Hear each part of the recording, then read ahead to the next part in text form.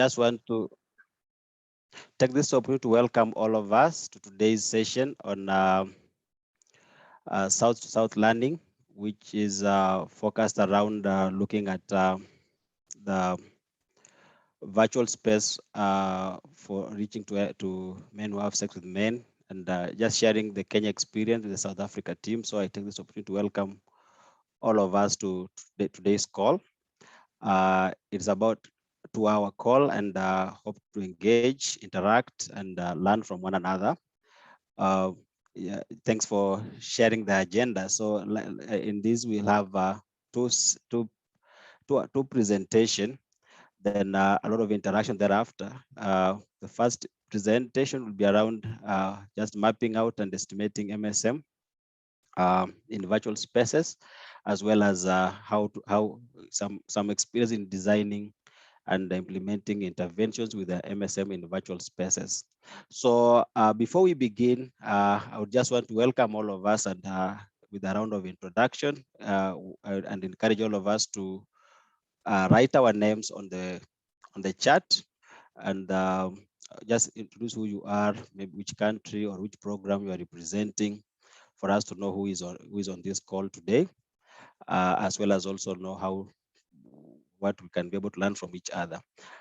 Then, as you always are aware with the current virtual interactions, we anticipate that we need to use our tools well. If you want to talk, please raise your hand, and I will be able to pick you out for any input within the discussions. If not, remain muted so that don't interrupt the presenter. Otherwise, if you have other comments, you can also use the chat section to write what your thoughts are, or your question, or your contribution to the discussions. We are many, and probably not all of us will have a chance to go live and speak. So I encourage all of us to interact on the chat and share our thoughts and our recommendations and comments. So for now, I will want just to begin by, as I already said, welcome all of us, and on behalf of the Kenya team, want to welcome you and invite Helga Msioki.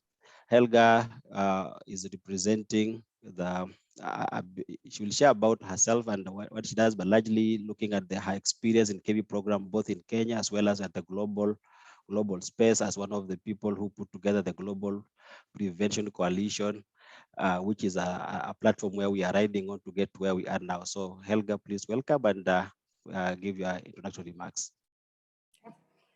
Thanks, Obiri. Thanks, Chair, and thanks everyone for this great webinar. Let me take this opportunity to just introduce myself. I'm Helga. I think in previous meetings I was in Kenya, but I joined Global Fund, and I think this is the first meeting that we are all meeting when I'm in the Global Fund. And I would just like to recognize my colleagues from the Global Fund team. We have Ed and other members in the country team. We have Jabu from the TSU, South Africa, and I just want to acknowledge them and happy that they're able to join us. I also want to thank the champions from the two countries, that is Kenya and South Africa, for the job that you're doing, the great job that you're doing, and the learnings that you're bringing on board. And that's why we're able to learn from one another. I want to thank Kerry and team for the incredible job that you're doing and for connecting all of us globally, and especially your impact on the High Impact Africa 2 and maybe 1 for the good work you're doing. So thank you very much. I want to thank all the other agencies, can see PEFA colleagues and also UNAIDS and all my other colleagues in Kenya. So thank you very much, Pari and team, Shem, Maria. So I'm really grateful. I'll not take much of the time, but I just want to acknowledge the great work that Kerry and team are doing through the SSLN network. And I want to say that the opportunity that is provided by the SSLN is providing homegrown solutions to HIV interventions, but also allowing for domestication and translation of learnings into relevant and practical solutions to all the problems that we have in the HIV programming, but also sharing some of the replicable learnings that countries can use. I want to say that and acknowledge our support as Global Fund, that we fully support this level of mechanism, the SSLN network. And just to say that this is not a one-off, and especially for this webinar that has been organized. It's a webinar that will continue to expand and to have learnings from different countries. But specifically for this one, really want to thank Beyond Zero for bringing us on board. Edward, thank you very much for making us meet, and having this great webinar.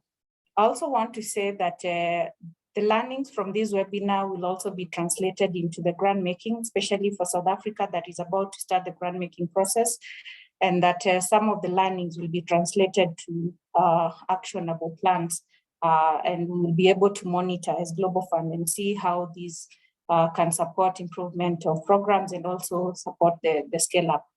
I also want to say that this is an initiative that is complementing the good work that FHI is doing in South Africa, providing TA for some of the virtual interventions, partnering with the Global Fund.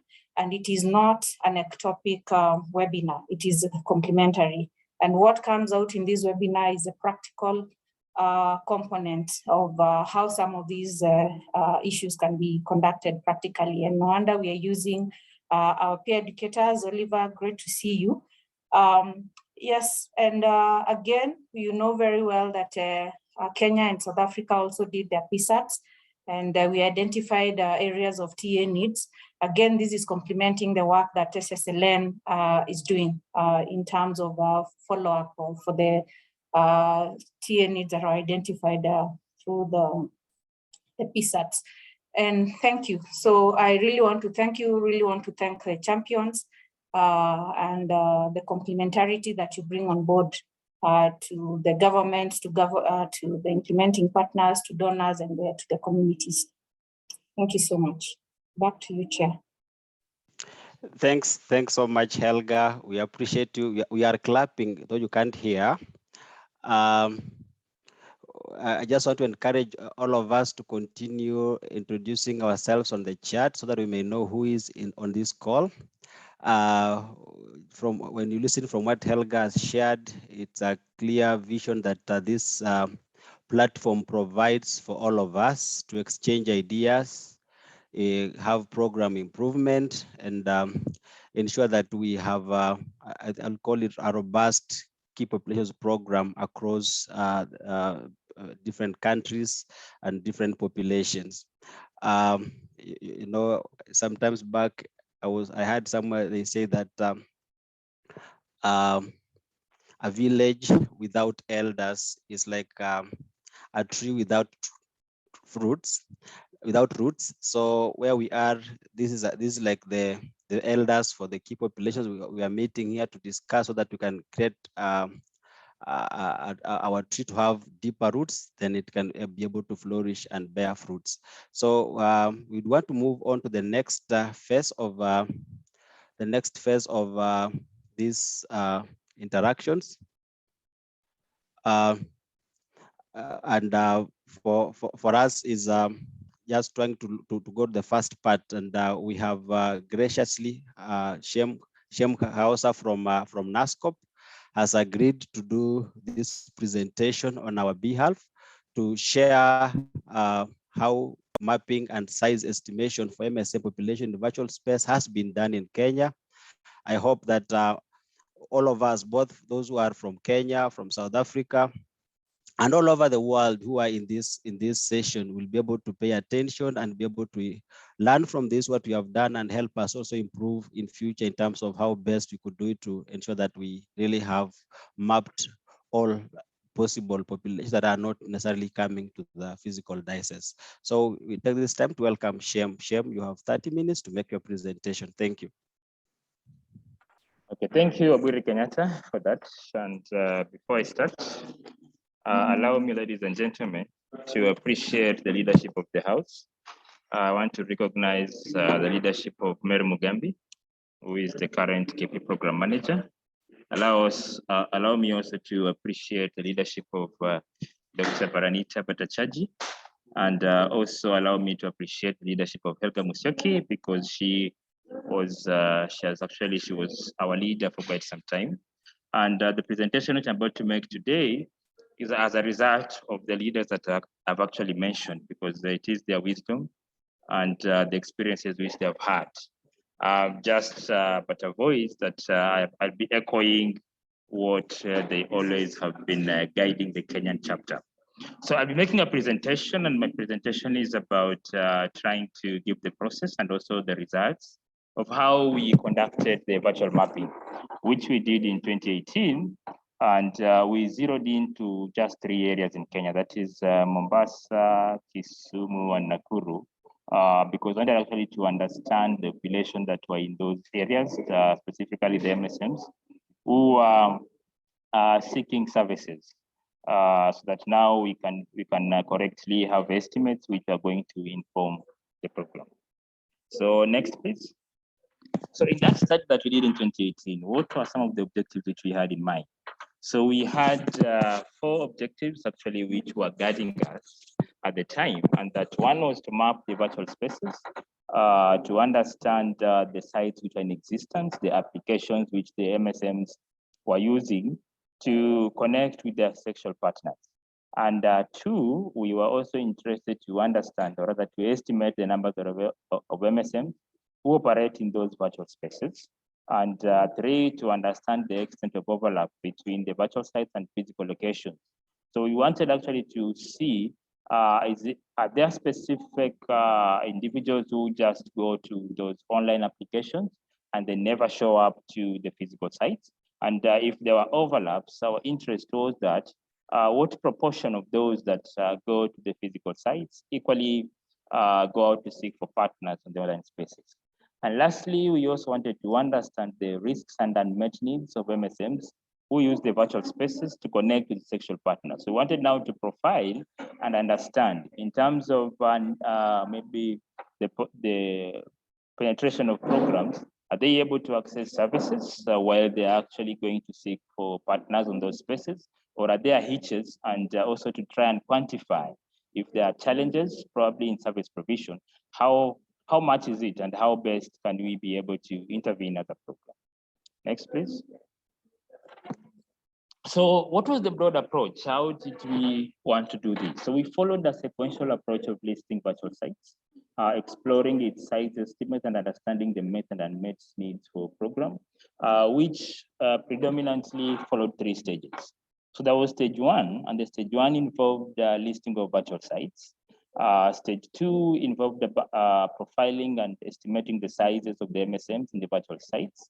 And stage 3 was about the quantitative interviews with a sample of MSM. So for us to be able to understand the magnitude in terms of the gap that was existing as far as service provision is concerned, we wanted now to invite some of those MSMs who are using those spaces and interview them in a safer location to get to understand what are some of the gaps that they really have as far as programming is concerned.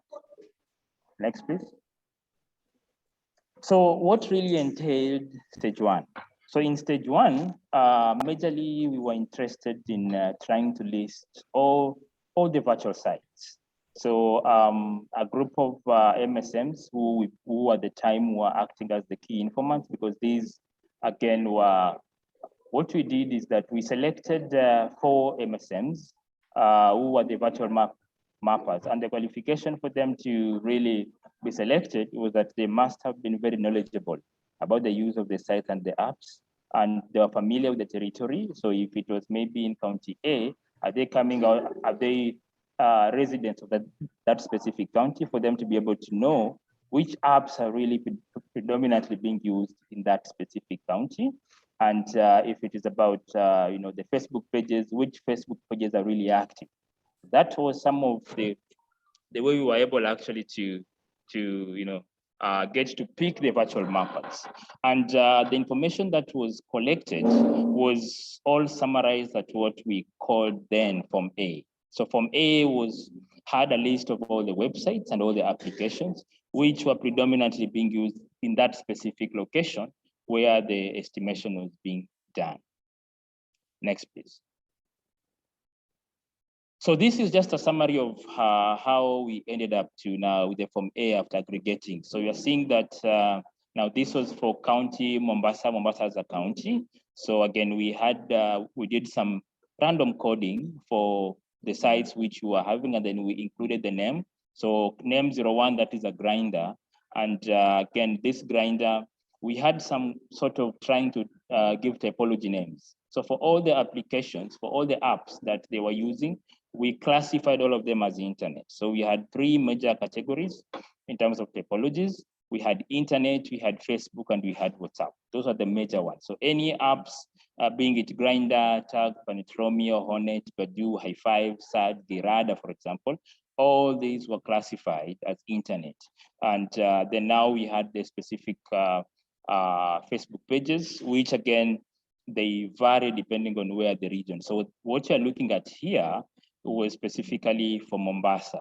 So again, while you are seeing the location for Grindr, for example, appearing as global, it's because again, if you go to any other part of the country, the app is still there. However, it might not be so popular. So again, now, while the same app might really be classified here as global because it's used all over the world and it's available through App Store, it's not really, it depends on how much it was really being used by the community members. So again, we're looking at really the apps which were predominantly being used by the community members at the time. And that is how now the list here. So the community members, when they sat down, the list was generated here and that was classified as Form A. So again, within the Form A again, we also had interest of estimating the number of registered users. The geo-focus here tries to see, like, are you able to, to be able to see within a specific radius of people, are you able to know how many people are within a specific radius? So that was applicable for only the internet users, the ones that we classified as internet, majorly the apps. So that had that specification, had that feature. However, that wasn't applicable for Facebook users and as well as the WhatsApp.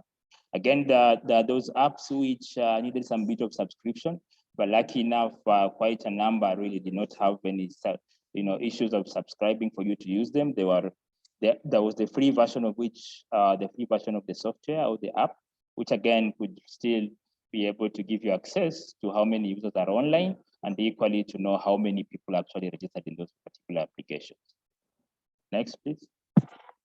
So after stage 1, we went now to stage 2. So stage 2 is about profiling now the virtual list. So remember from stage 1, we already have a line listing of all the apps which are being used within a specific location. So now we went a little bit further, which now is in step 2, in trying really to understand. And the objective of this stage was to profile and characterize the virtual sites and equally get to understand the estimates and the sizes of MSMs in those specific apps or Facebook or WhatsApp accounts. So the virtual mappers were involved in setting up a user profile for each. So the virtual mappers, after identification of the specific sites, the virtual mappers were been identified, which remember in this case, we had 4 virtual mappers in each of the location where we're doing this, this estimation activity. So they managed to set up a user profile. So let's say, for example, they did set up for Grindr, for instance, as one of the applications. And then from there now, with that account, which they have equally created, so they came up with a pseudo account just specifically for this activity. And then now they went to the specific sub-county, logged in there, and were able now to estimate. So what they were doing was that, for example, a Grindr, in this case, is that once they had logged in, the moment they have logged into Grindr, the Grindr had that feature where you could specify the radius. So you can control it and actually make it now show you how many people are within a specific radius. So because they, like for example, if it's in Kisumu, the virtual mappers could go to the CBD, for instance, which is like the central location for that specific county. And then now they could put around 40-kilometer radius from each direction, which now is able now to tell them how many users are registered from that specific location, because now the radius was determined for the kilometer square of the specific county. That is actually how we are arriving at the specific locations where now they could, query the system, or rather the application, to give them the number of users within a specific radius. So from there, again, the app at that time which they have logged in was able now to tell them how many people were active. And how that was so is that against each profile user, there could be like a small green dot. So any small green dot next to a specific profile indicates that that user is online at that specific time. But if there is no green dot next to a profile user, then it means that is just a registered user. But at the time that the virtual mapper has logged in, they were not active online at that time. So through this stage 2, we're interested in a couple of variables. One wanted actually to assess the registered users and the numbers of users online. We're also able to record the name of the site, the day that they made the visit, that specific application, for example, the time that they visited it, and when they did, how many number of users were registered within that specific app. And equally, it was quickly also able to tell them how many number of users were online at the time. And I think I've really tried to explain this before, how that is possible. Remember, just to re-echo myself, is that for those who are online at the time, against their profile, there used to be a small green dot that is what now they were able to know. So they could just count, do a count that they visited probably at 8 a.m. in the morning. And at that time at 8 a.m., how many users were online at the time? So they could quickly do a count to understand how many they were, record that information again on stage 2. And then now equally, it would quickly show them how many number of users were registered in that specific app. So all this was collected and summarized in a form B, in a form which we called it Form B. So remember, Form A was for the listing, all the listing of the sites which were predominantly being used in those specific locations. Form B now, we are now trying now to get the specificity in terms of information, which now, in terms of the estimates, how many were online, how many were registered, and that was summarized at Form B. So this happened across the internet sites, the Facebook, and equally the WhatsApp groups. Next. So this is how now Form B now looks like. So it has there the, just in terms of the variables which it was collecting, it showed the internet site name. So in that case, for example, if I use Grindr, we are able now to say that that is the internet site name can be Grindr. The county, in this case, as an example, is Mombasa.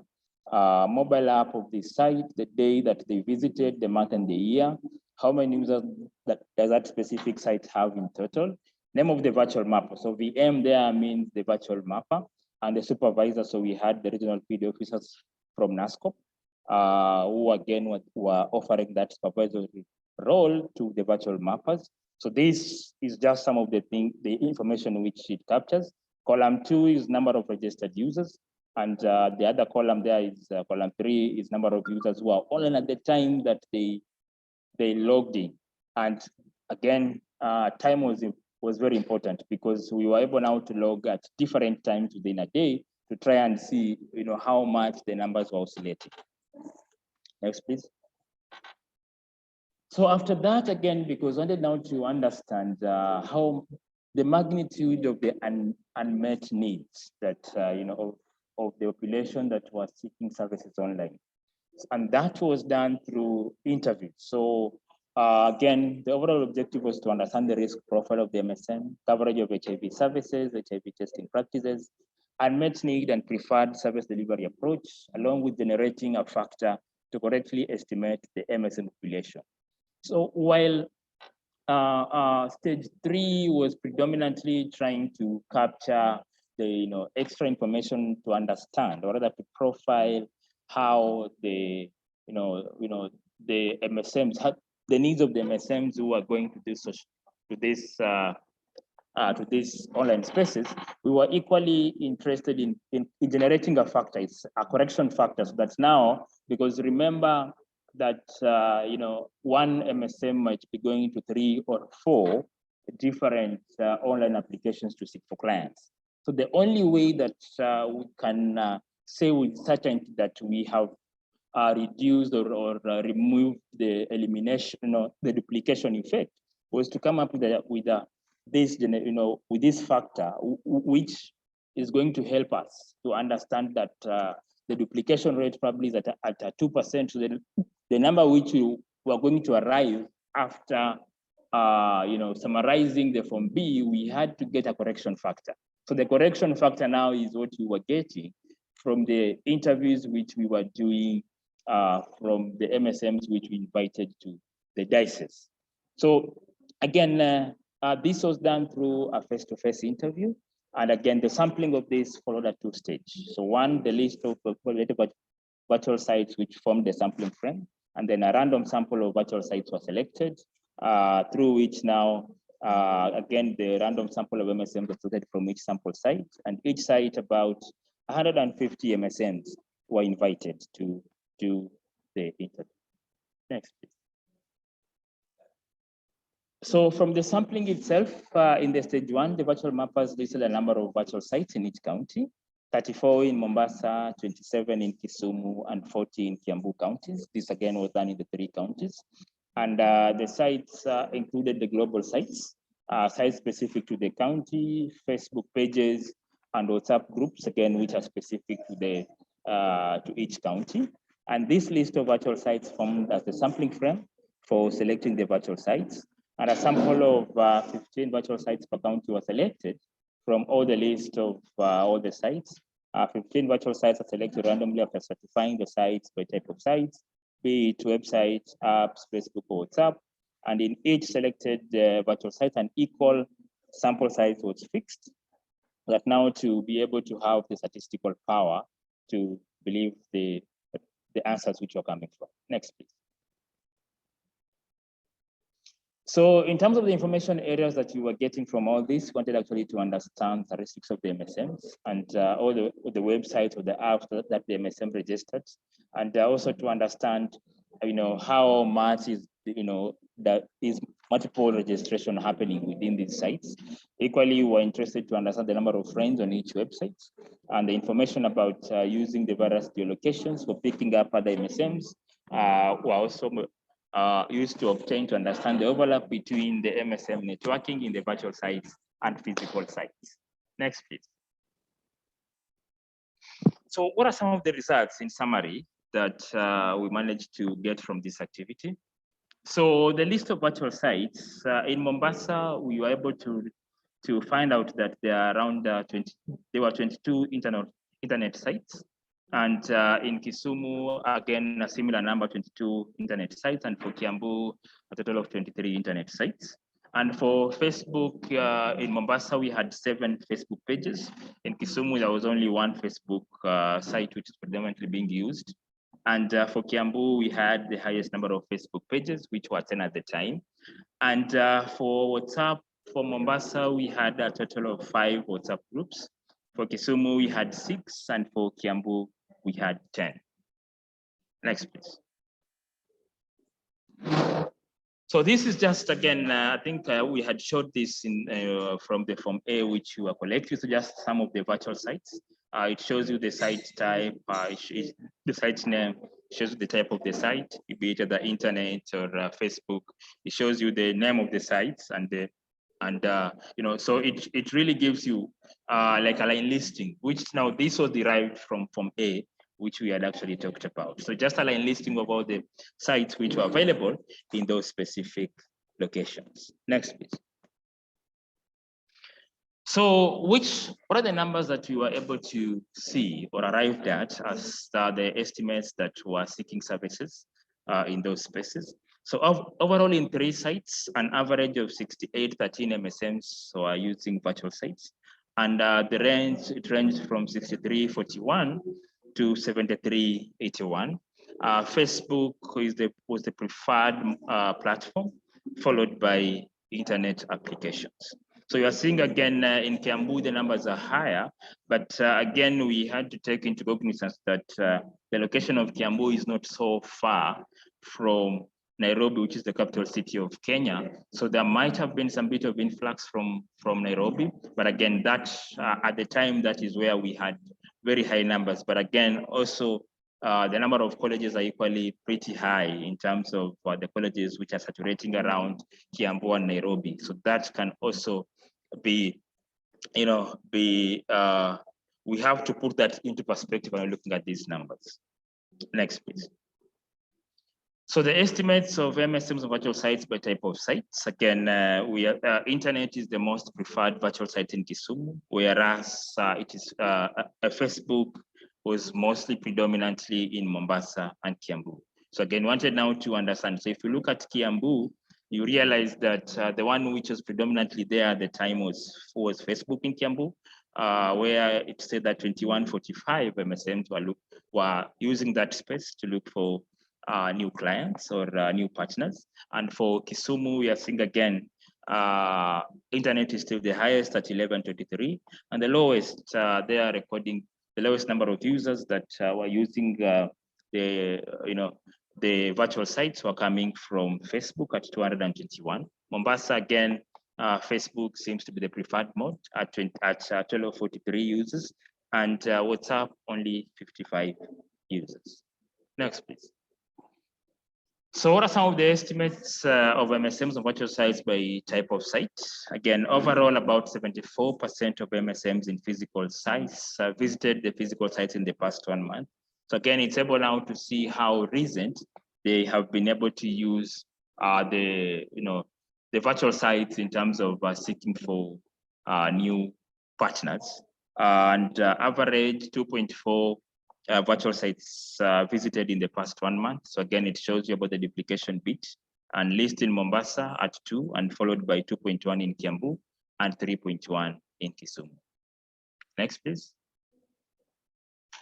Now, in terms of the MSMs using virtual sites, also visits physical spots, because remember, I wanted now to look at the overlaps between the two, whether those who are equally going to the virtual sites who are also going to the physical locations.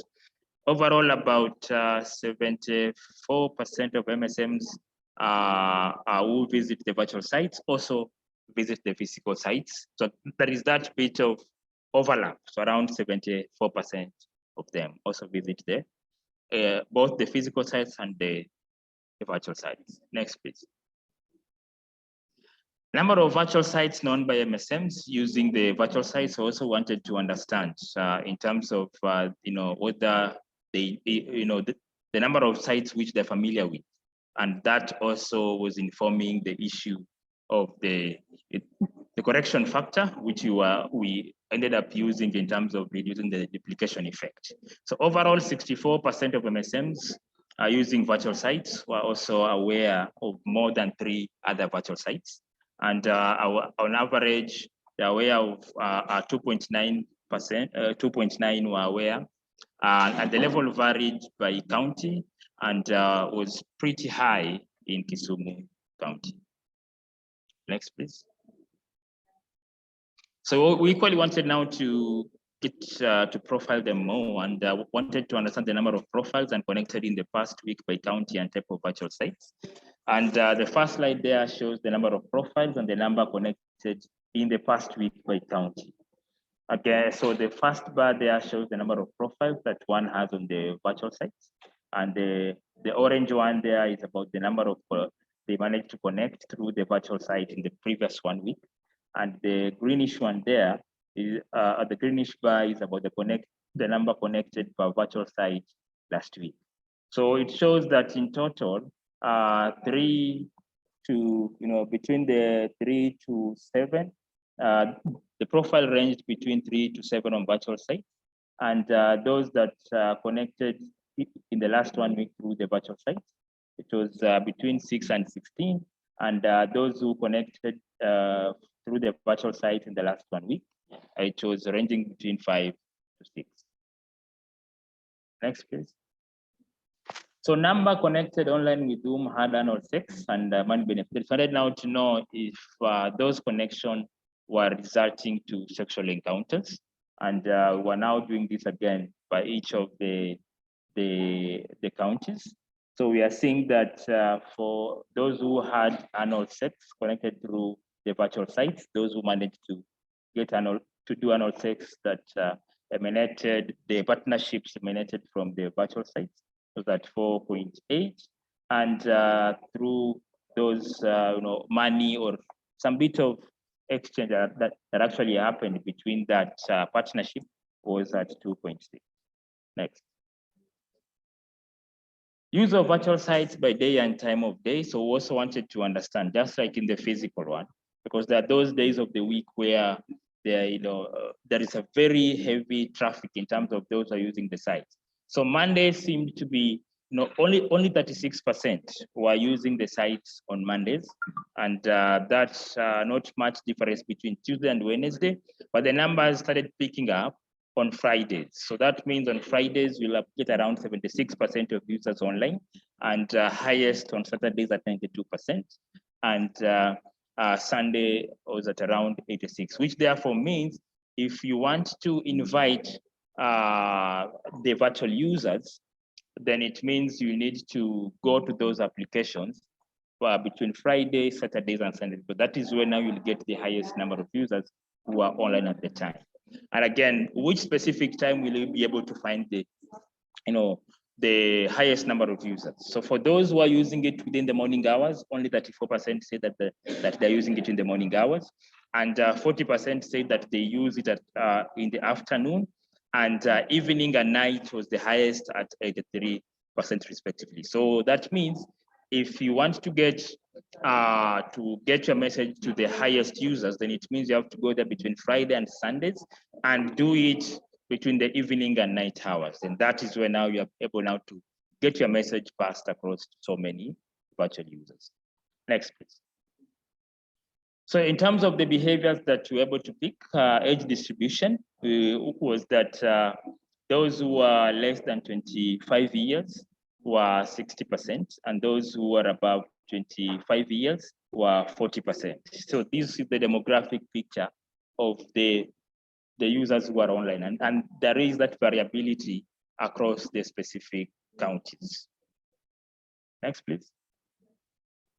So in terms of the sexual identity, how do they identify themselves? And remember this, we were able to get this from the interviews which you conducted. So for those who identify themselves as gays, the proportions were at 73%.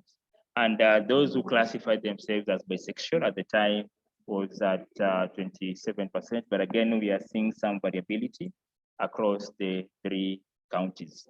And again, in terms of the sexual identities of MSMs using virtual sites by type of virtual sites, again, for the internet, those within the internet spaces, those who identify themselves as gays stood at 72%, and those who classify themselves as bisexual were at 28%. And for the Facebook, those who classified themselves as gay were at 80%, and 20% for bisexual.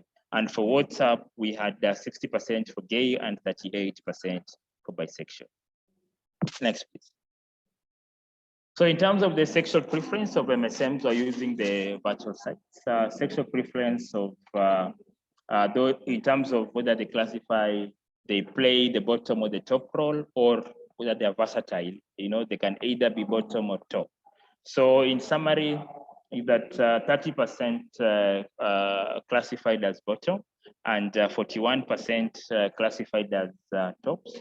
And those who are versatile, who can play either role, stood at 24%. But again, we are seeing similar variability. And Kisumu had the highest in terms of those who are classified as the top at 47%. And again, in terms of the sexual preference of MSMs using virtual spaces by type of virtual site, again, wanted to understand, is there variability?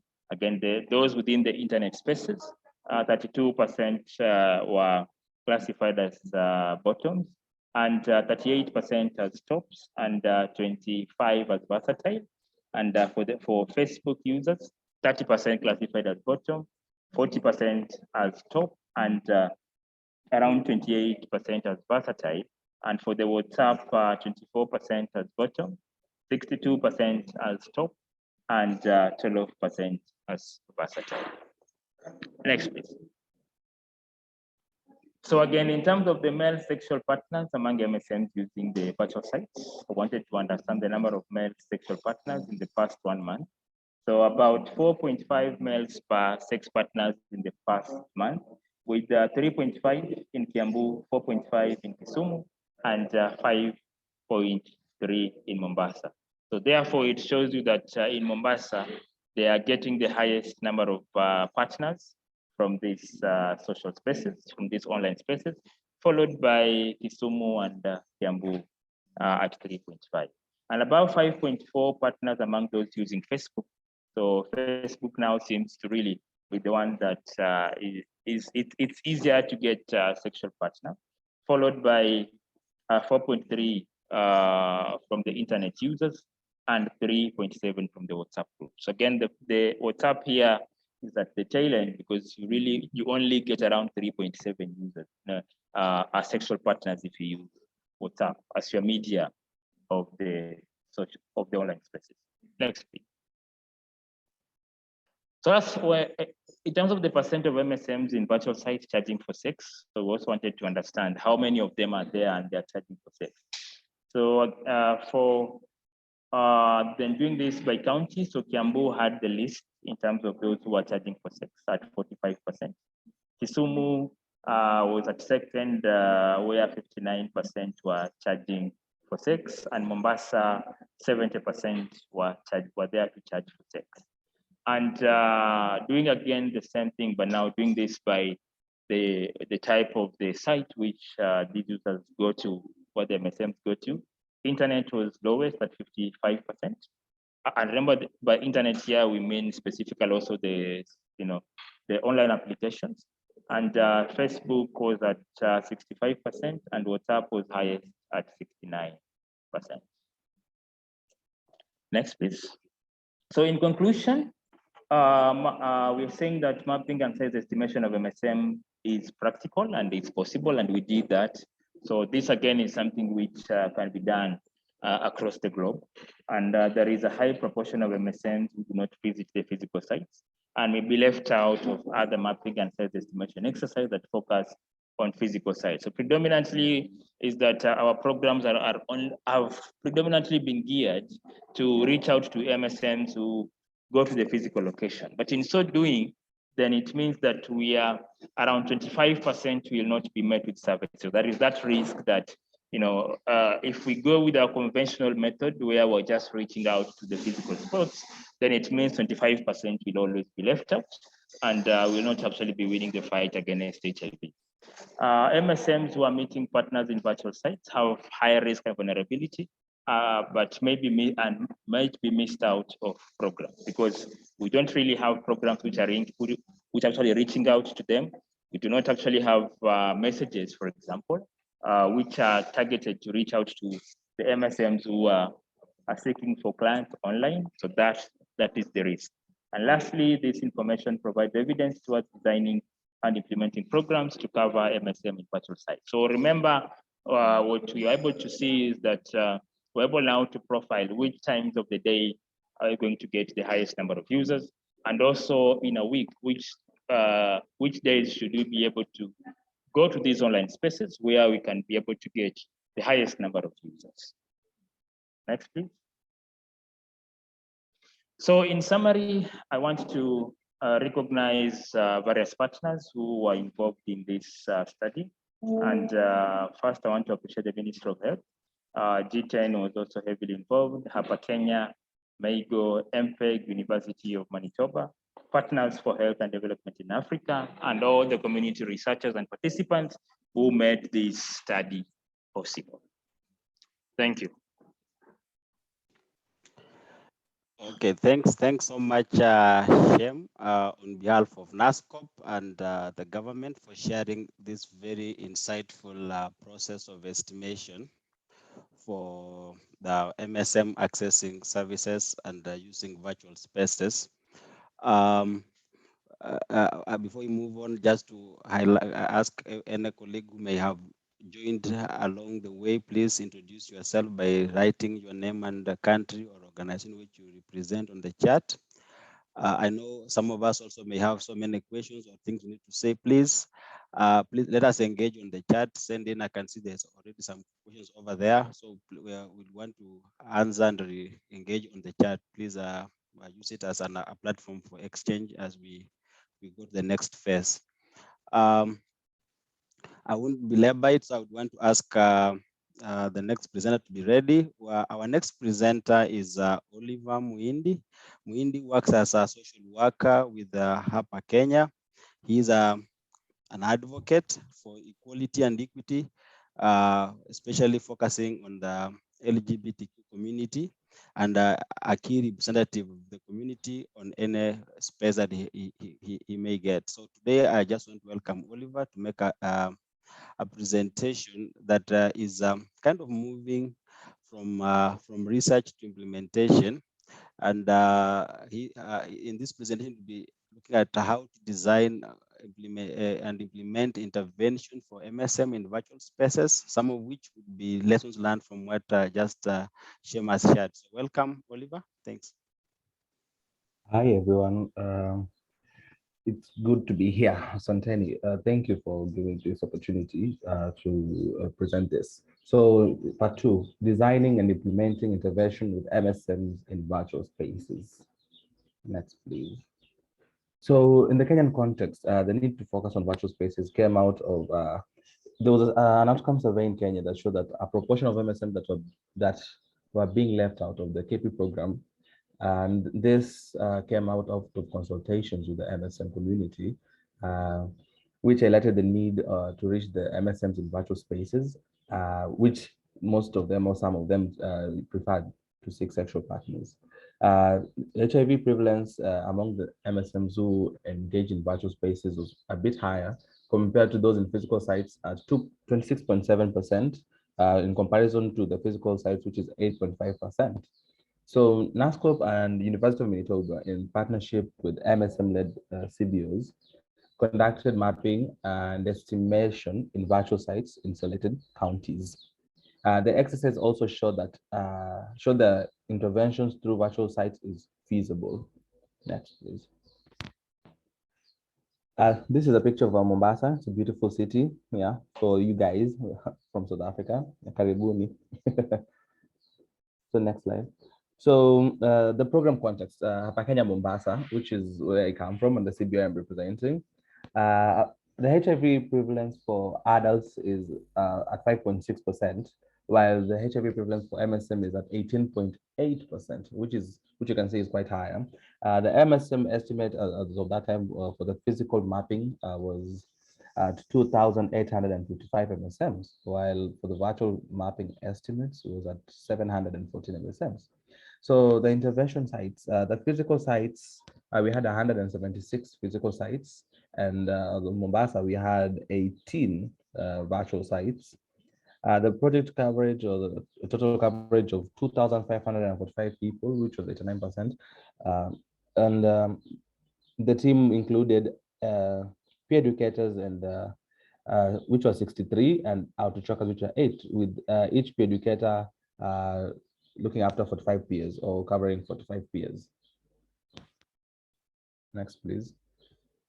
So why did we expand HIV prevention to virtual spaces? HAPA Kenya HIV program was designed to reach MSM engaging in risky behaviors, specifically in physical location, but there was with the recent increase in IT and mobile internet, many MSM opted to using the internet and mobile apps to connect with other male sexual partners. Some of them did not visit physical location at all and were left out of the program. So during COVID-19, with the closure of the hotspots, so like in Kenya, we had a total lockdown, and this led to many people actually moving to the virtual spaces. which made like since all the physical sites were closed, most people went to virtual spaces. So reaching MSM through virtual spaces also provided an opportunity to reach the hidden MSMs, as we call them, hard to reach MSMs. Next slide, please. So how did you initiate the work in virtual sites? So first of all, it was more about identifying MSM peers who engage in virtual sites to seek male sexual partners. In consultations with them, we mapped out the virtual sites in Mombasa. So we had 23 apps, some of them including what you see there as Grindr, Planetromio, Hornet, Eskimo, Facebook, and WhatsApp. So we had 23 apps, 10 Facebook pages, and 10 WhatsApp groups. So the team went to each site at multiple times of the day to estimate the number of MSM in those sites. And as like what said, like you will look at the guys who are online at that specific time and you estimate using that number. So the exercise showed that 1,469 MSM visited different virtual sites in Mombasa to seek sexual partners during a specific time. Next slide, please. So how did we identify predicators to virtual sites? So HAPA Kenya advertised for recruitment of virtual-based peer educators. The qualifications included regular engagement in the virtual sites, the high number of followers and contacts, interest in working with the community on HIV prevention, how much of innovative ideas people had, the individual had, and the diversity of the presence. So this actually basically covered people who were very active on social media, like the ones we were targeting, especially on the specific apps that we were targeting. So we had 14 educators who were selected to work in the different sites. Few of them were already educators with HAPA Kenya at that time and had the experience of conducting outreaches in physical sites. So at least for them, they had a upper hand. They'd already done it in the physical sites. So each educator was allocated one to two sites, preferably the ones that you are very versatile with, like the ones that somebody thought that they were good at or they had a bigger following at. So it was more of their preference. Okay. And so there was a 2-day initial training that was conducted for the 14 educators with special focus on their own security, specifically their own security and professional conduct besides the technical content. This was followed by monthly meetings and weekly meetings also, and refresher training. A supervisory position was created to support the virtual team. At that moment, I was the one who was doing this supervisory position. So the peer ratio at this moment, we were using the one the NASCOP uses at 1 peer educator is to 45 peers, but with time that stretched a bit because with virtual sites, the numbers were a bit bigger to control us and to say, this is where my limit is. Next slide, please. So how do we mobilize MSM peers in virtual spaces? So the virtual peer educators created IDs in the site that they were responsible for. The peer educator gives a catchy name, which equates the ID.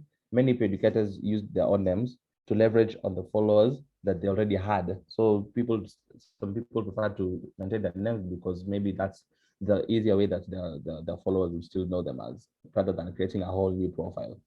So the virtual peer educators will log into the allocated virtual site every day at the different times to make contacts. Each site had its characteristics. The peer needed to understand that. So like Planetromio had older MSMs compared to Grindr. Yeah, Grindr was more for the younger generation, while Planetromio is more older generation. So the peer educators introduces themselves to the new contacts, focusing on health and the projects that's what HAPA Kenya did at that moment and what you are targeting to achieve. So social and casual chats are done with MSM in those sites.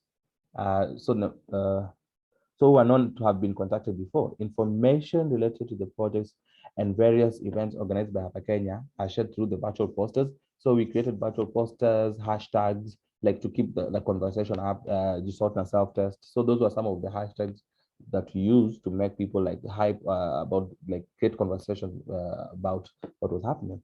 So we did YouTube videos and other clips.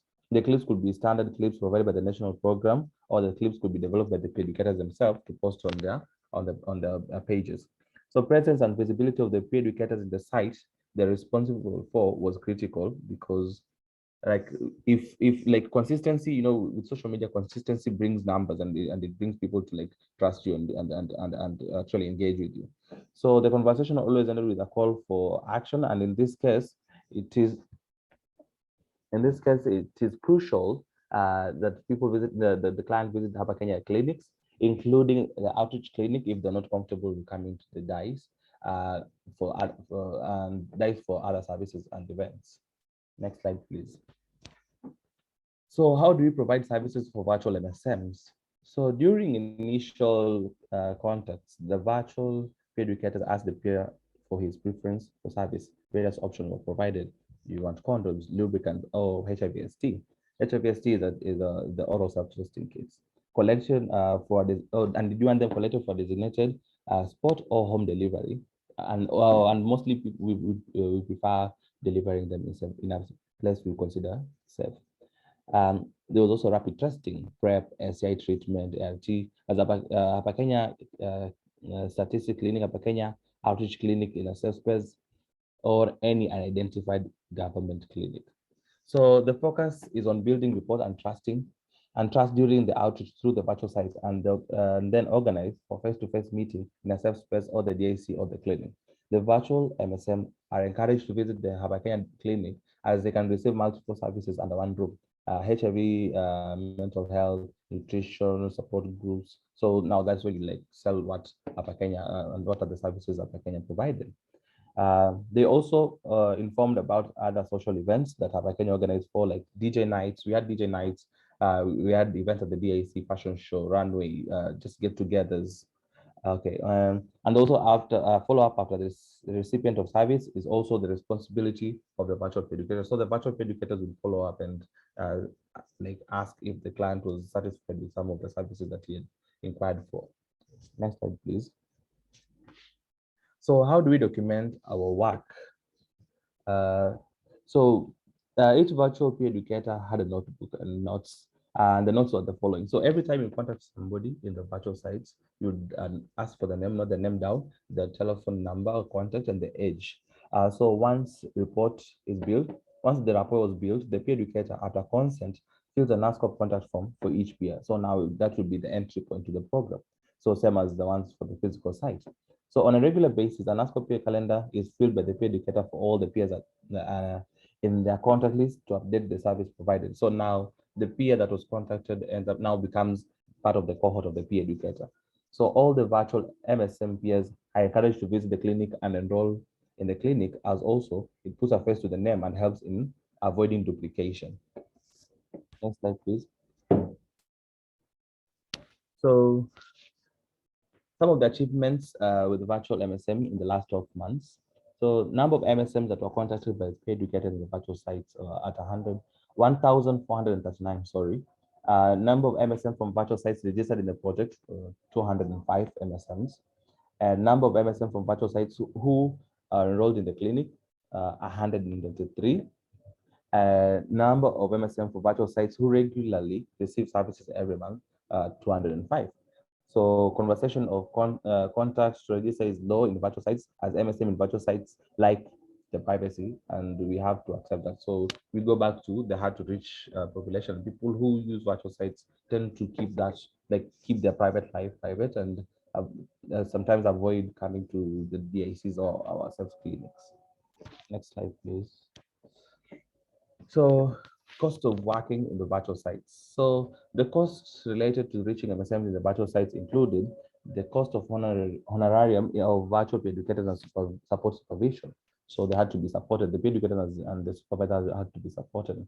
So tablets and computers for using while so we had to get tablets because people had to install the apps and like put their work in there like full time in chatting with the clients. So training and capacity building, and as we have said that we had to have regular refresher, regular meetings. So membership fee for some of the internet apps, because some of the internet apps you have to pay for, they have to have premium packages for you to access them, especially if you wanted to reach to the completely exclusive MSM community that don't want to mingle in the just the normal apps. And cost of delivery of services in the self spaces in case the place is not a normal hotspot. Now you see, we had to go out of our way to give some of the services or deliver some of the services either to their homes or to where they feel comfortable. So now that we had to incur cost when it came to how we're going to reach them with those services. Next slide, please. So some of the challenges with reaching MSM in virtual sites. So the peer educators contacted many MSMs in the sites, but only a few registered with the program. Others are provided information and referral for services. So now you have to, like, every time you start from scratch. Okay, so we offer this, we do this, we offer such services. Is it HIV testing and all that? Like you have to repeat yourself all the time because you had to make the client understand, considering that you're not seeing each other face to face. So outreach through virtual sites work better to reach urban and semi-urban based MSM who can access the internet and has more connection. So rural MSM are best reached through physical peer-to-peer approach. So these projects mean that peers who are in the rural areas, most of them probably don't like use dating apps because very few people, like you get very few people from your area compared to the ones in the cities. So like it was more rampant of MSMs in the cities to use the dating apps. So different peer educators met the same peers in different virtual sites and sometimes count them as different people. Hence, a face-to-face enrollment in the clinic helped to avoid duplication. So this was something that came up, that you'll contact somebody on Facebook or on Grindr, and then you go to find from the same person. And now on Grindr, maybe it's two peer educators handling the two different sites. So both of them end up reporting them. But now we every week we'll sit down and everybody will come up with the list of the people that contacted, and we will see, like, okay, now this is the same person. So now one of you has to report him, the one who's comfortable. Either the client will be asked and decide that, okay, I want to go with peer educator A, not peer educator B. So now you have to scratch him off from peer educator B and just let him remain in peer educator A. So that's a bit that reduces the number of duplication. So it is sometimes challenging to meet older bisexual men as they prefer to use premium packages, which are more private. And as I'd said prior, older and more private MSMs use premium packages, and they will not like I can afford, maybe I can afford to go to the hospital. I don't really need to come to use spaces, or maybe okay, I'm not into this. I'm here to get a hookup and just get done with it. So it was proving a little bit difficult to reach to the older bisexual men who are in the dating apps. So that's also led to us having to engage people who maybe were a bit older to their level, because now if you're a bit in the same level age-wise, we will get a conversation compared to a younger MSM contacting an older MSM to give a clinical advice. So follow up on some of the MSM in the virtual sites have been challenging, as they block the educator's number after receiving services. And we have to accept that some MSM may want the privacy. So this came up that most of the peers, after getting the service, will just block and they'll be like, okay, thank you for your service, now bye. Until maybe when something else comes up, now they'll come and looking up for you, which was something they were like, okay, it's okay, people have the right to the privacy, but still we can have a way to go around it. So transport and delivery of commodities and testing kits of peers.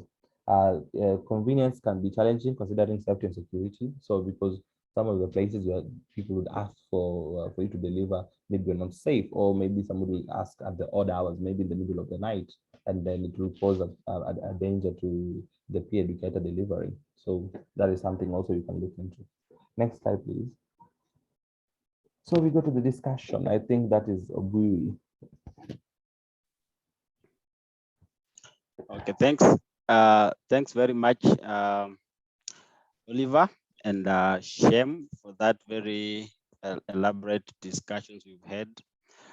Just very nice presentation from all of us who have been online. Of course, we have been having discussions going on in the chat, and we hope to build on it as we move ahead.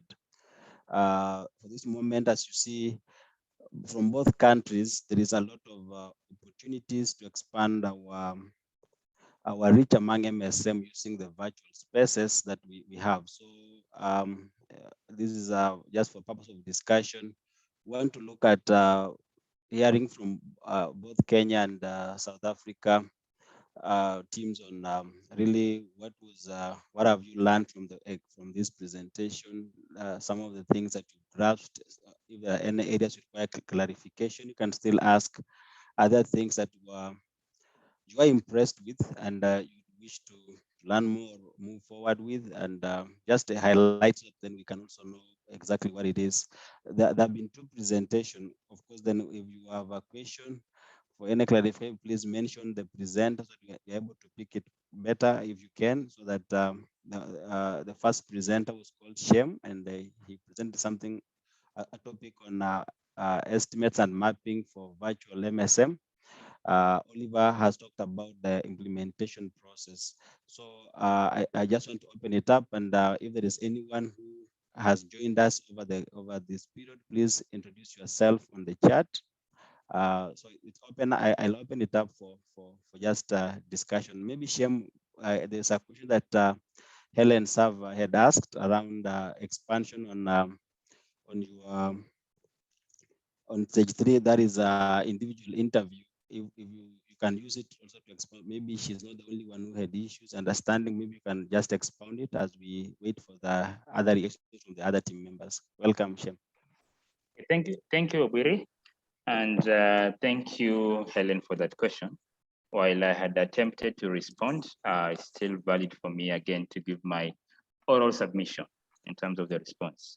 So what happened was that the moment a virtual mapper had actually logged in those online spaces, at the same time now they could randomly pick one who was online at the time, and now get into their inbox and initiate a discussion. And the discussion now is about introducing the study, the objective of the study, and equally now doing that invitation to them to come now for the interview on a specific day, depending on how the research had been organized. So that was, the selection was a random, dependent on who was online at the time that they had logged in, and the invitation was after they had actually begun, or rather initiated the conversation. Over, and thank you. Pari also had to add something. Over to you, Pari. Go ahead, Pari. Thanks, Shem. And Obiri, I just wanted to add that before the participants were randomly selected, we also did a random selection of the sites. So we had a master list of the sites.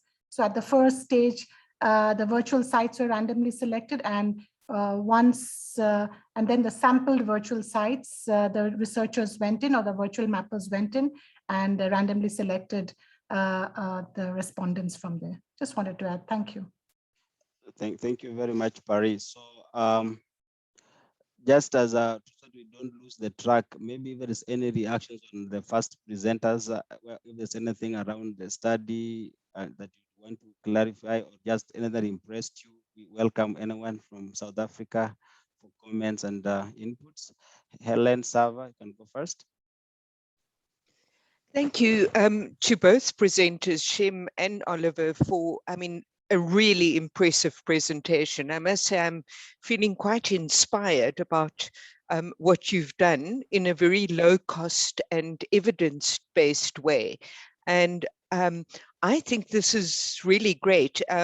So I'm sure we can replicate this method in South Africa, but I'd like to sort of invite some of my implementing partners, HAPI and V. I know you on the call, and like to ask you about your thoughts.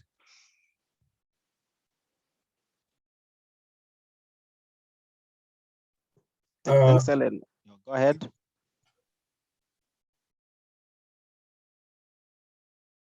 All right, I just wanted to say, Helen, thank you very much.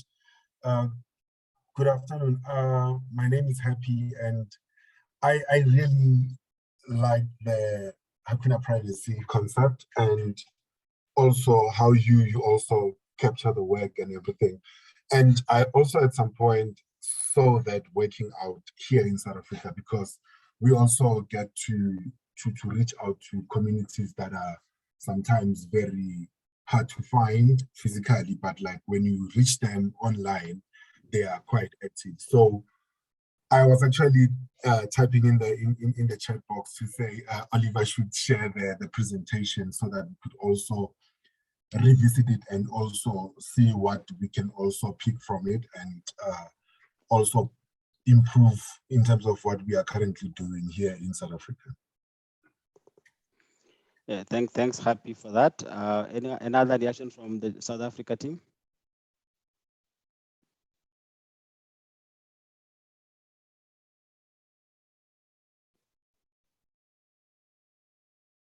Okay, there's no one raising a hand, so it's now open. Just even from other members from the Kenya team, if there is anything that you are impressed, learned through the purpose of just all of us exchanging ideas because we come from different background settings. Any reaction?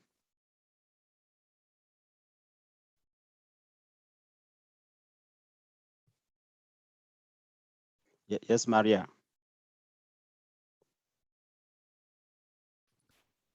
Thanks, Chair. I'm also really, really impressed by this. And I definitely think it's replicable in South Africa. What I'm wanting to understand is, could you explain a little bit more about how exactly the health products, like whether it's self-testing. I'm not sure if it would also include PrEP, ARVs, exactly how those are delivered, whether the peers are delivering them themselves or whether you have some kind of delivery service that you're using, or courier service, or can you go into that in a bit more detail? Thanks. So I will ask Shem to write down the questions so you can get all the questions from Ignatius and Ignatium as well as Enkoxin before we proceed to respond. Okay, hi everyone.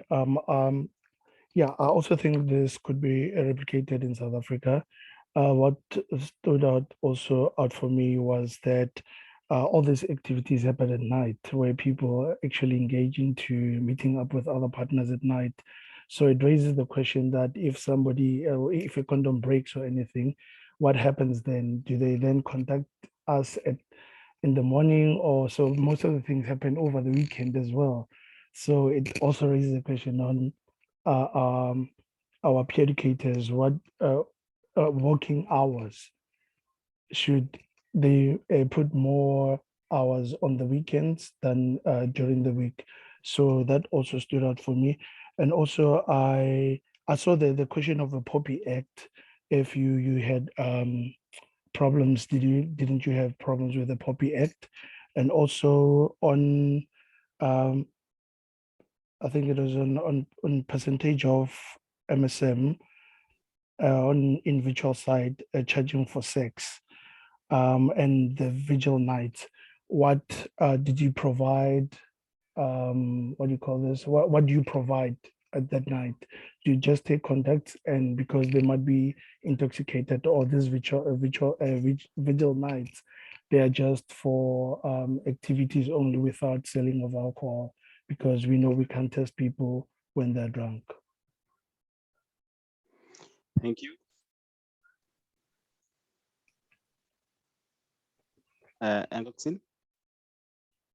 Sure, thank you, Mr. Chair. I just want to again thank the Kenyan team for brilliant presentations. I would like to hear from the South African implementers, and primarily, Edward and the team, as well as Jabu, in terms of the approach that I outlined, whether some of the steps you have taken already in your current programs and which of the steps you feel could be further strengthened, because understanding that the current program does have done to a certain extent some components of mapping of virtual interventions. The second question is specifically to the first presenter. I'm just wondering, in terms of the call to actions, how do you establish that the rapport has been built? Is it after second virtual encounter? And if so, how do you determine that it's the right time to do call for action? Because I think in many contexts, I think that's quite a fine balance in terms of at what point do peer educators actually encourage and proactively promote the services at the physical side. And in some programs that we see within the Global Fund, sometimes that's done too early, and that's result in people lacking motivation to engage further. And sometimes it's done too late. And that time you also have a lot of focus and effort being spent on talking to just a small number of people. So just to get a sense from the Kenyan program, how that is determined. Thank you. Yeah, thanks so much. So I would ask the team to take the questions. I know there's one that you asked the South African team. They will respond towards the end. So I'll give it to Shem and to Oliver. If any question that has been put towards you, you can be able to start responding from the three reactions. So hi, Oliver here. So there was a question about how the services were delivered to the clients, like if we're using courier or such. So in Kenya, we have what we call the motorbikes. We call them boda boda out here. So we had a program where we sensitized boda bodas. Every educator had a specific boda boda who would be given a reflector which read HAPA Kenya to identify them. So with that, like we used, like every educator, when there was need, like somebody would say like, okay, now I want you guys to deliver for me a self-testing kit and some condoms or maybe some lubricants. The peer educator will contact us for the boda boda or the motorbike guy, and they will deliver. So we did that to create also a sense of security that it's the same person who is taking you for the deliveries every day. So it's more like we've seen deliveries like for hotels, how they use those guys to take food to maybe specific venues. So we will use the same border guys for each specific peer educator. That created a sense of security, and also it showed that, okay, now this is a program that is serious with what they're doing, rather than just having random people coming in and delivering things without format. Thank you. Thank you. Shem? Thank you, Brilliant. And also here, I want to equally open this up because we have wealth of knowledge in terms of our leaders who also looked in here, so they can also chip in. That is Dr. Paranita and also Helda Musyoki. So I want to pick on the question about the rapport building, and that it wasn't, rapport building is a process. Yeah, so it takes some bit of time before now someone really agrees. They need first to understand your intentions. They need to know where are you from, and are you a legitimate person, in terms of being a community member also in those sites. So it takes some bit of time, and it just does. The first encounter wasn't necessarily translating to survey subject. And actually, first the peer educators needed to go to those online spaces, create rapport, and that varied from one person to the other. So there are those that could quickly agree and listen to you, give you audience, and that would translate to them coming for services. There are those that really took some bit of time. So it was varying from one individual to another. But then because we had peer educators who are dedicated to really follow these individuals who are on those online spaces to actually pass the message for them to come and get prevention services. So that was varying from an individual to another. And then the work, in terms of the working hours, because remember from what we had seen from the formative research, which is what you were doing at the time, was that I wanted now to, the working hours, because it is really zeroed in from the Fridays to the Sundays and also the evening and night hours. So the peer educators in those online spaces would really take more time during that time, because that is where now you can pass your message and get it delivered to the widest audience. So their time were also, in a way, they were also guided by what had come out from formative research in terms of the timings and the days that we could really be able to pass the message to a wider audience. So they equally had to align with the timings that were applicable for the users who are on those online spaces. Not so sure if we have left any. Maybe we seek your guidance, Obiri, and your indulgence. Yeah, I think you've answered most of the questions that were asked. I guess what the team had wanted to know is how just you were operationalizing the entire process of collecting data in the virtual space. Of course, one of the things that we already talked about is how you build rapport. There was a question that was asked like how soon or what is the timing between when the first contact before you actually now start engaging and conducting the interview with the person?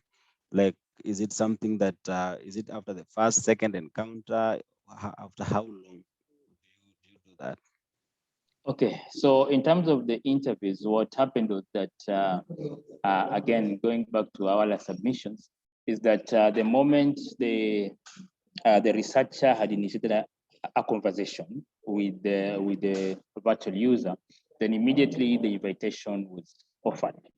Okay, so then now a conversation now is there, like we are actually inviting you to come to our dice for 1, 2, 3 questionnaires, and the objective of this study is 1, 2, 3, 4, and then now they could actually agree that probably I'm available on Wednesday. Is that okay with you? So it was a communication, a two-way communication, but that was offered to them at the first contact. So, but first now the researchers had to introduce themselves, who they are, yeah, where they work, and the objective of the overall study. So once that was established, we did not see resistance from them in terms of them actually agreeing to come for the interview, which again was specified, and the location and everything was issued. So we did not. So it was more of the, after just that first communication, that was relayed to them, and time was agreed upon, and they could actually come depending on the availability, because again, the researchers could tell them that they want them to show up on Monday, for example, but because they had other engagement, they could still ask for maybe to come on Wednesday or Thursday. So as far as the survey was still on, they could still be invited to come. Yeah, Sava had asked something around that and talked about now this being a research, there should be some sampling or selection criteria. Was it just purposive because you found this person online, or did you have a method of, for example, trying to have a well representative sample for the survey?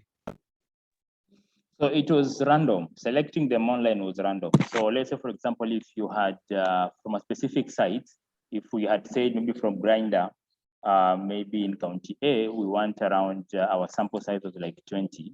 So when they log in at a specific point in time, let's say maybe they logged in at around 10 a.m. in the morning, and on that day and on that time, there were like 20 users who were online, 20 active users who were actually online at the time. So it was from those 20, the researcher, under again the supervision of our field officers who are there to offer that supervisory role, could randomly pick like 3. Then after randomly picking those 3, they would now get into their inboxes and now initiate the conversation about inviting them for the interview. So it was purely random. Okay, then lastly, there's a question around how do you differentiate between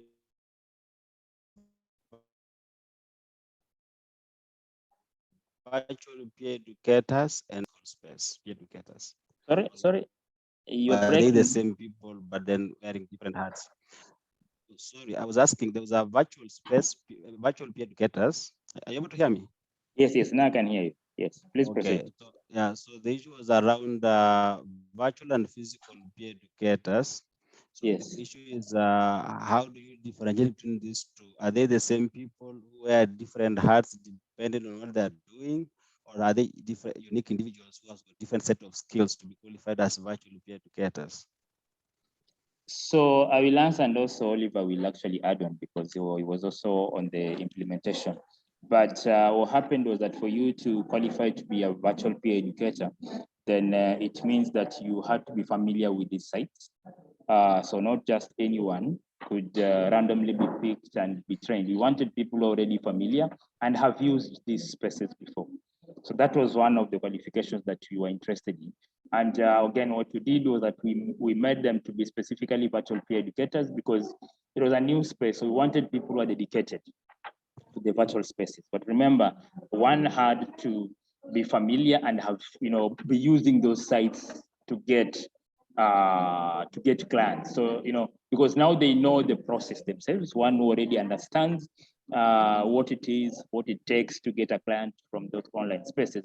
So a peer educator was equally picked, having those qualifications that they are using those spaces to get clients and they're familiar with those specific spaces. And they were explicitly for the virtual spaces.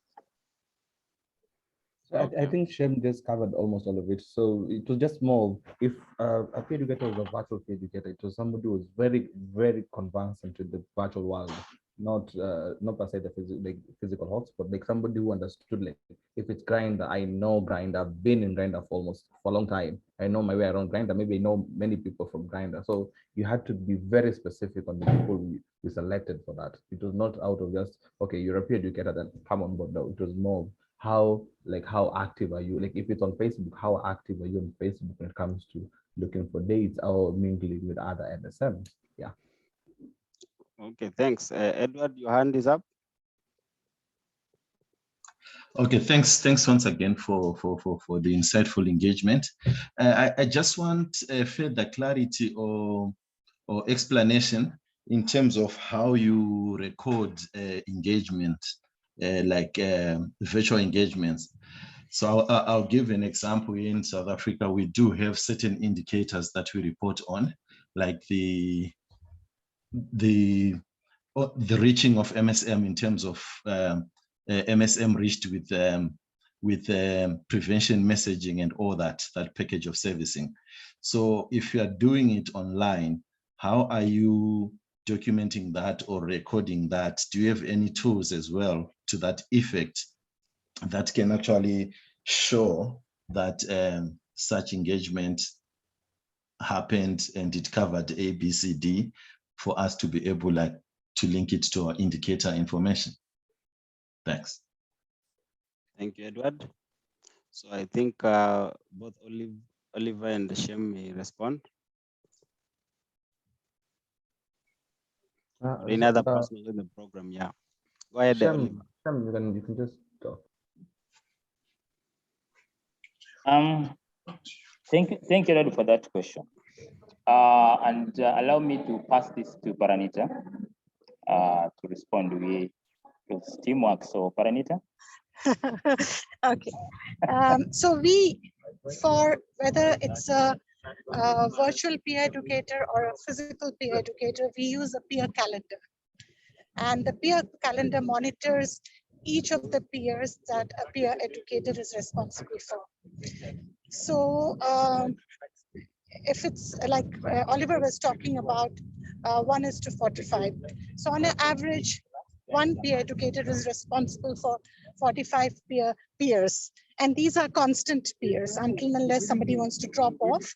They're constant peers, so that the peer educators is accountable for those peers. So for those 45 peers, the peer educator maintains a peer calendar, and we can send you the tool. And on a monthly basis, through the peer calendar, that the peer educator monitors education, how many condoms were given to them, where they referred to the clinic, where they were given HIV self-test kits, lubricants, and all of that. So the virtual peer educator, who is managing and is accountable for the peers in the virtual space, also monitors using that calendar. So by end of the month, the virtual peer educators know how many peers they gave information and how many peers they referred to the clinic, or how many peers they were sent condoms to. The other question that is coming is about clinical services. I think Maria Stacy also asked. The virtual peer educator's job is largely to ensure that the peer educators build trust in the program. The peers get information. The peers get preventive tools that they need, whether it is condoms, lubricants, or HIV self-test. and the peer comes to the clinic. So eventually when you build trust, the peer would come to the clinic. And once the person comes to the clinic, whether they are given PrEP or ART, then it becomes a responsibility of the clinician to follow up, just like any other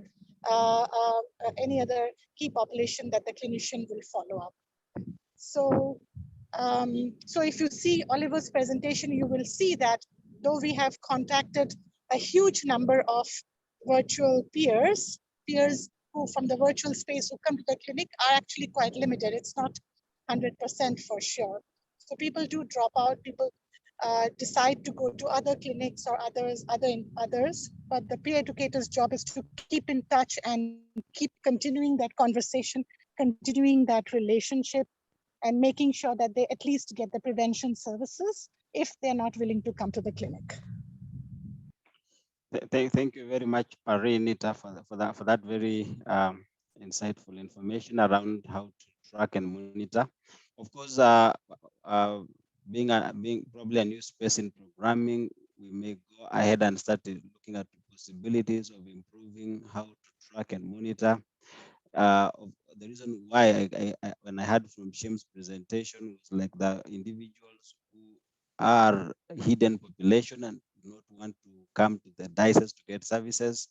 So though we might engage them in the virtual space on peer education, probably they might choose to go for clinical services in private facilities where they may not really identify as MSM, but still be served. So just look at other options of us looking at how to manage those referrals, manage information around access to services from wherever they are accessing it from, and build that that program from that end.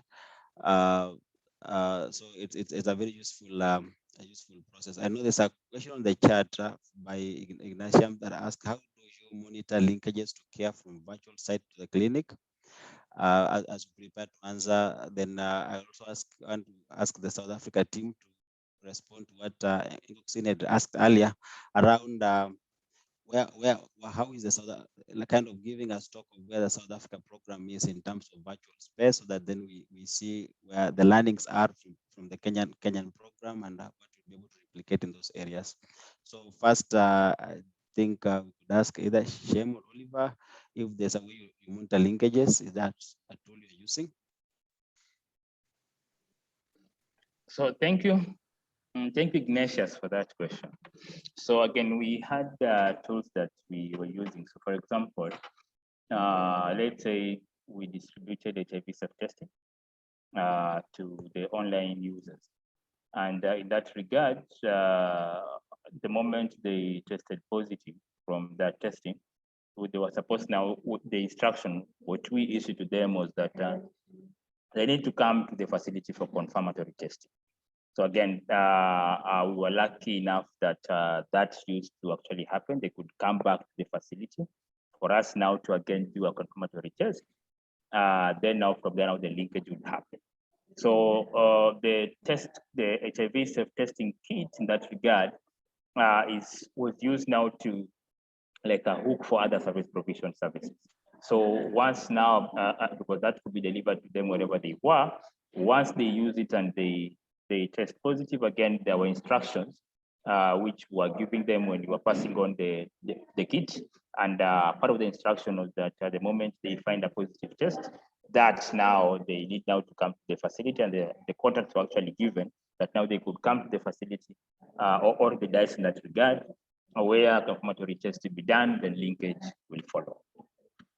Over.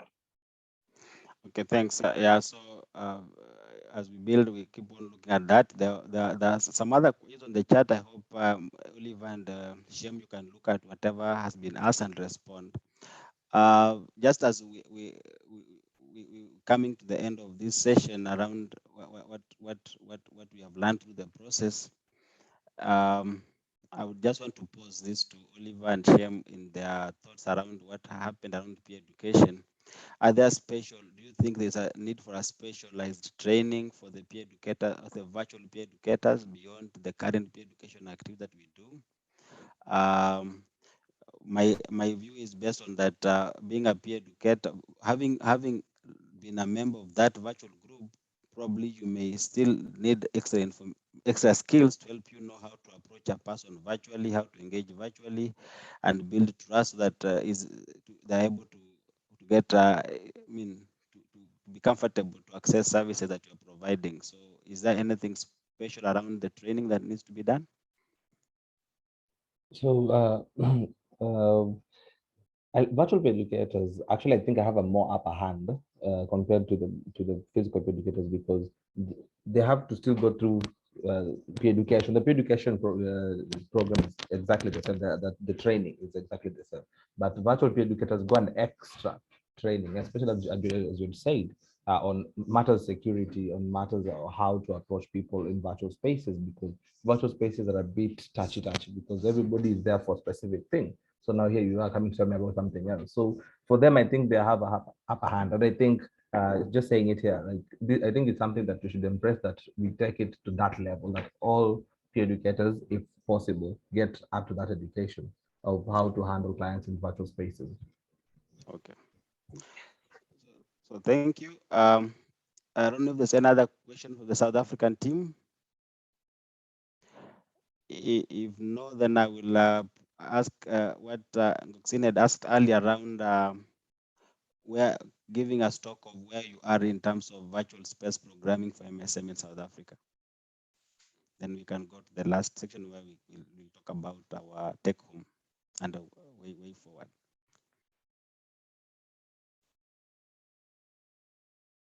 So I don't know who is going first from South Africa.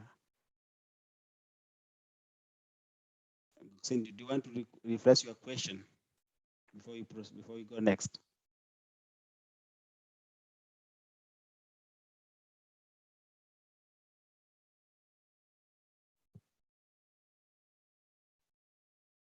Are you able to, am I audible? You're breaking a little bit in between. Maybe you can repeat. Yeah, you're coming back in. Oh, okay. Sorry for that. Maybe I've got a fluctuation in the network.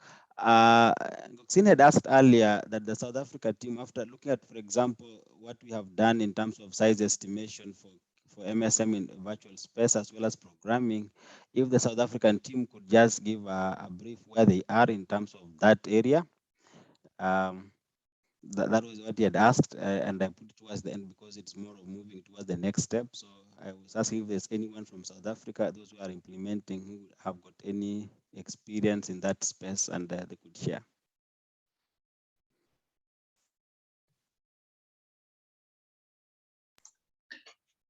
I think we do have David on the line, one of our implementers from Hertz Bande, to share what they've tried to do in terms of virtual mapping.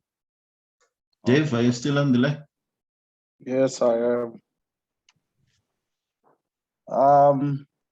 Am I audible? I can hear you. Okay. From our side, it was not as detailed as what you've presented here. I think we have a few takeaways from this, because when we were doing this, we did it like as in a pilot to see if we can be able to recruit some people from the Grinder app, because we only did it in the Grinder app. And it has really yielded some good outcomes, because we are starting to see we are reaching a different race group from Grinder, and which we were struggling to reach in our area. So I think I have learned a lot from this, and I think if I can get the other tools which you have, which you used to to get all the information that you gathered, especially the estimates and everything. I think that would be very helpful for us, and I think we will be able to expand this to other social media platforms like you did. And yeah, I think this is replicable.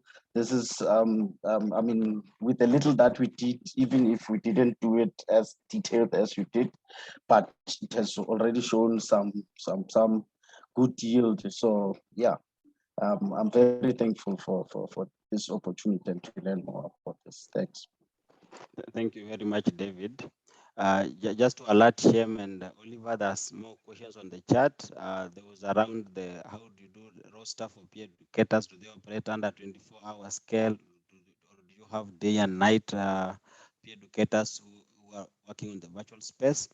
And then another question from Ross was around how do you measure what have you put in place to ensure that virtual engagement are free from hacking and therefore protective the privacy of the people you are engaging with. So that is a question you may want to answer either on the chat, but also answer verbally. So Edward, you hand this up. And go ahead, Edward. Okay, thank you very much, Obiri.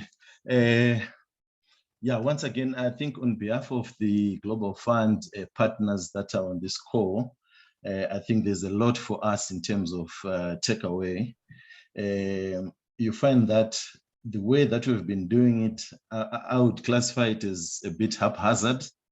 It wasn't as detailed and logical as what our Kenyan counterparts are doing.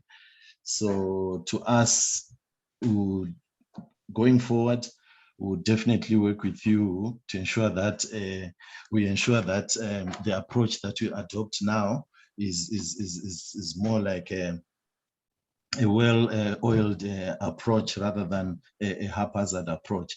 So yeah, so I think there's a lot for us to really take away, and as of next week, we'll be engaging and ensuring that we start working towards a more structured approach in as far as virtual engagement is concerned. We do have presence in a number of platforms, your Facebooks, your WhatsApps and everything, but the way we've used those differs from one partner to the next. But like I'm saying now, we just want to ensure that it is well structured, following the way that our Kenyan counterparts are doing it. We thank you for that. Okay, so thank you very much, Edward. Just as you said, there's room for interaction and exchange, so you'll be able to work through this platform to get more information from the Kenya team and learn from how to move forward. Happy, go ahead. All right, I also wanted to say also thank you for organizing this engagement, and I feel that yes, there is a lot that we are taking away, and most definitely this actually comes in as a call for quality improvement, or even a time to be more innovative, because from what I've learned on both presentations is that there's a lot that one can do online.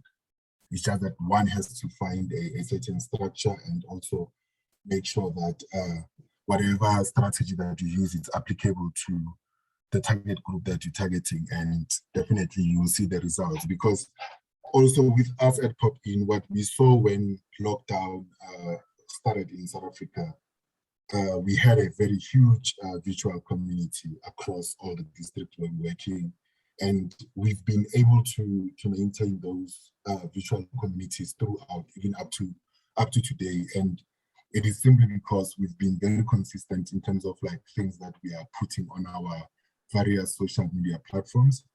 But also after learning so much today, I'm seeing us even growing much bigger, and also getting to interact with the team in Kenya to make sure that we share and exchange ideas to best provide services to our virtual clients. Thank you. Thank you very much, Happy.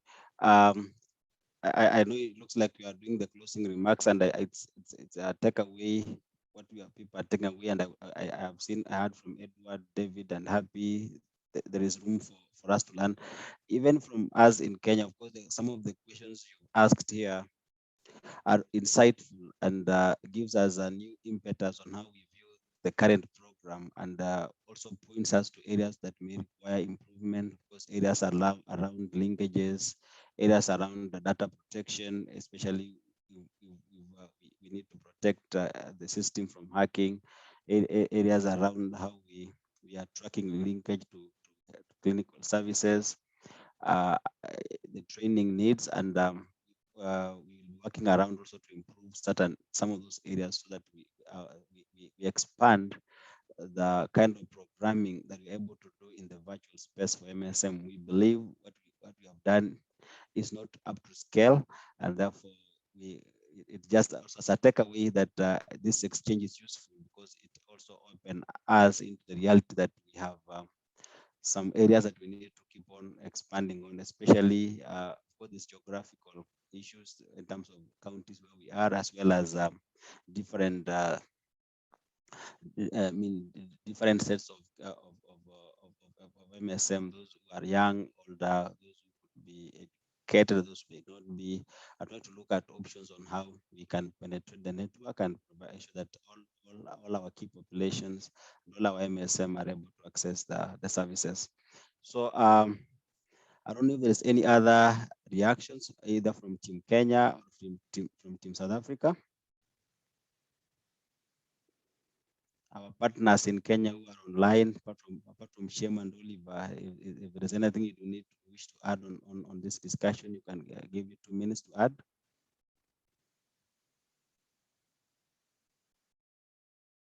Yes, Parinita. Thanks, Obiri. I just also wanted to say that initially when we started working with MSMs in the virtual spaces, we thought it's a very complicated affair. You know, we need a lot of resources. We had to set up a separate site and do all of that. But I think when we don't have too many resources, we can integrate some of this work in a very practical way within the larger key population work that we are doing. We can work with existing sites. I mean, when I hear Oliver, I just realized that the investment that they made was hiring the right virtual peer educators, doing some training and ensuring that there's a linkage between the virtual outreach and the clinical services. It's not perfect. We have to still improve as we go along. But I feel that when we don't have too many resources or we want to expand and reach the hidden population who are in the virtual spaces, we can take very specific practical steps and still go quite a far way. Thanks, Obiri. Thank you very much. It's encouraging to note that we still have a large opportunity for us to expand the virtual space programming in Kenya as well as of course work with our South African brothers and to ensure that we are able to reach a wider scope of this programming. I'm sure, and I want to thank the organizers of this meeting, that it is a very useful conversation that we have had. I'm sure all of us, both from Kenya and South Africa, must have learned something along the way. I can't see any more hands, and if there isn't, I wish to start closing the discussions. But before I do so, I want to welcome Kerry just to give us some logistical announcements as well as check on our understanding of today's sessions. Then we do the closing. So welcome, Kerry. Thank you so much, Chair. So yeah, I think this has been a really incredible session, and I want to thank the hosts, Kenya, and the participants from South Africa. You know, I think we had hoped to achieve 4 objectives, and I think the chairperson and the hosts and participants have really helped us to do that. That was to share information and experiences. It was to support joint problem solving. It was to build relationships across country. And I was really happy to see that we have Obiri, your counterpart, Helen in South Africa is on the call. You know, we have Global Fund PRs and SRs from both Kenya and South Africa, as well as you know, PEPFAR implementing partners in both countries. We have NAC and NASCOP. And so it's really just really wonderful. And I hope that, you know, we've succeeded and, you know, I encourage cross-country kind of collaboration with peers, and that was really wonderful. There were some requests for slides, for sharing of tools, and many other things. And I just want to commit from the South-South Learning Network that within the next few days, by next week, we will be able to share the full presentation as well as the recording of this session. We'll also request our Kenya colleagues to share any and all of the tools that they're willing to share, including, you know, Form A and Form B, some of the protocols, you know, and other documents. So we'll certainly share that with you. But I also just want to encourage this as the start of a discussion rather than the conclusion of one, because it seems that, you know, there are many further conversations and questions that might pop up and crop up from both sides, I think, from South Africa and from Kenya. I think this is kind of a bi-directional relationship. So I just wanted to say, you know, Paranita's obviously, I know she's from the University of Manitoba and PhDA in Kenya, but she's also our South-South Learning Network, KP lead.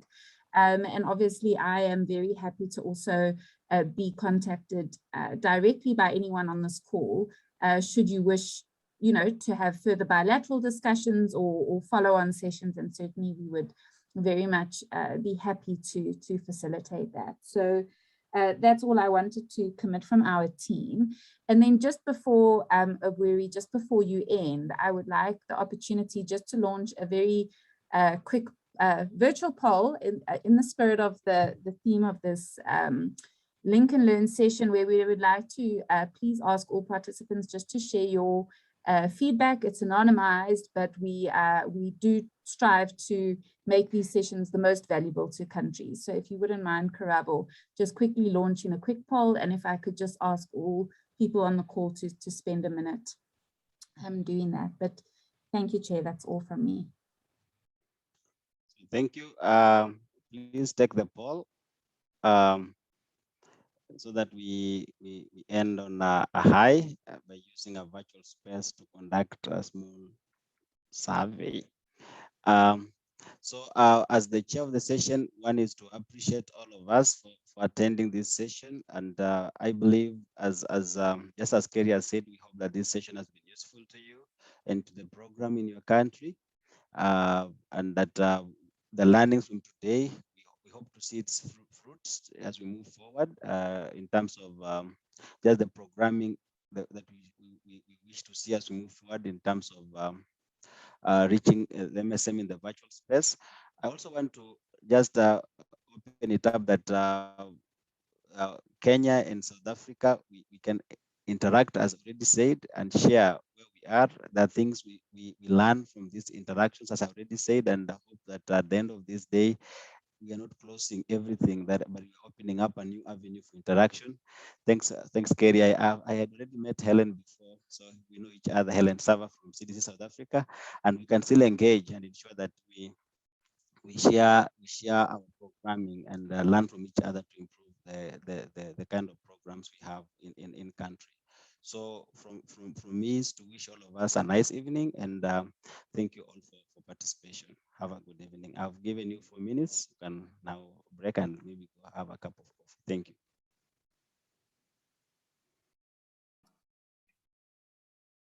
Thank you. Thank you so much. Thank you. Thank you. It was a pleasure. Bye, guys. Thank you. Thank you. Really appreciate.